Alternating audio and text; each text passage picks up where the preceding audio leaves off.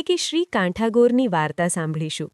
આ માસમાં નિત્ય કાંઠાગોરનું પૂજન કરીને આ વાર્તા સાંભળવાનું મહત્વ બતાવેલું છે કે જેનાથી પરિણીત સ્ત્રીને અખંડ સૌભાગ્યવતીના આશીર્વાદ મળે છે અને કુંવારી કન્યાને મનગમતો જીવનસાથીના આશીર્વાદ મળે છે.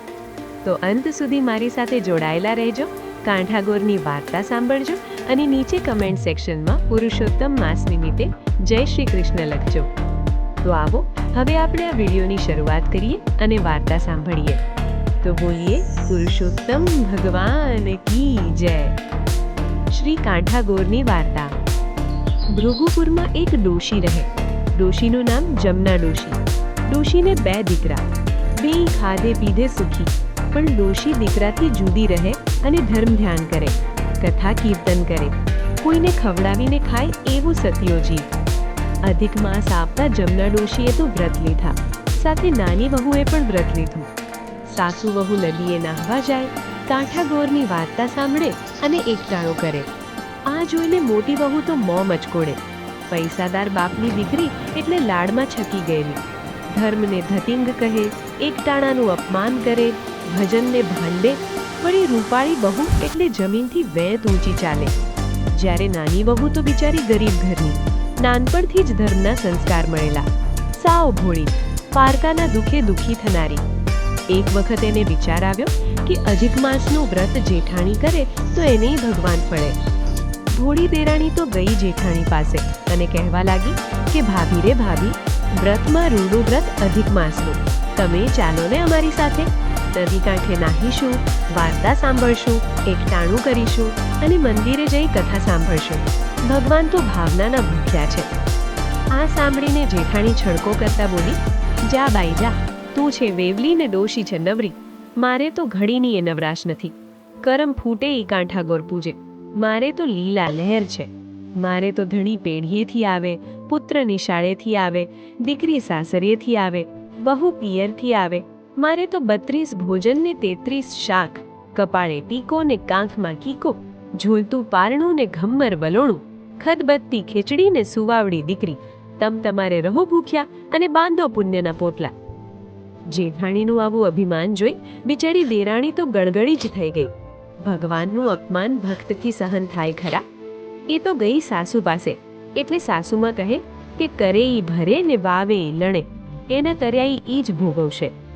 એ પછી સાસુ વહુ તો પાછા ધર્મ ધ્યાનમાં લાગી ગયા. આ બાજુ અભિમાની જેઠાણી પર કાંઠાગોર કોપાયમાન થા. ક્રોધ પ્રગટ્યો એવો અમાપ કે કાંઠાગોરે દીધો શ્રાપ.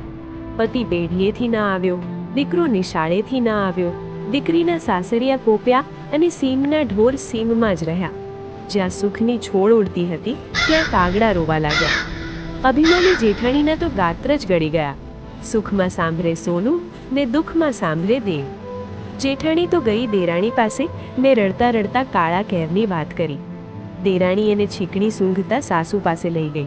ત્યાં તો જેઠાણી લાકડીની જેમ ડોશીના પગમાં પડી ગઈ ને કહે કે માડી રે માડી, મારે તો ભીણી ગયો ને દીકરો ગયો, ઢોર ગયા ને ઢાંખર ગયા.